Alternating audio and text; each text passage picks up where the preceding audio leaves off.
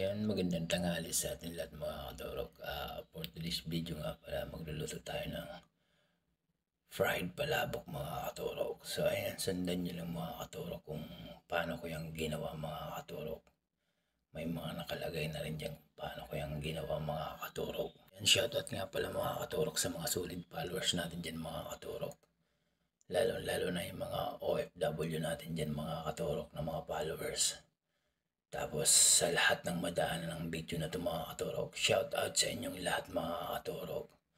Good morning, magandang tanghali, magandang hapon, magandang gabi sa inyong lahat kung nasan man kayong panig ng mundo mga katurok.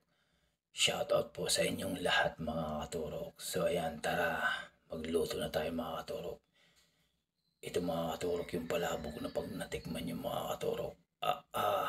Mapapasabi ka talaga na lame yan mga katurok. Napakasarap kasi mga katurok pag ganito mga katurok na palabok ang ginawa nyo.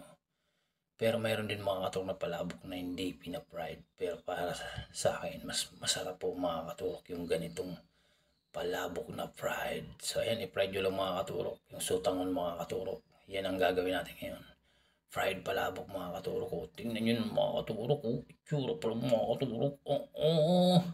Lami na yan mo.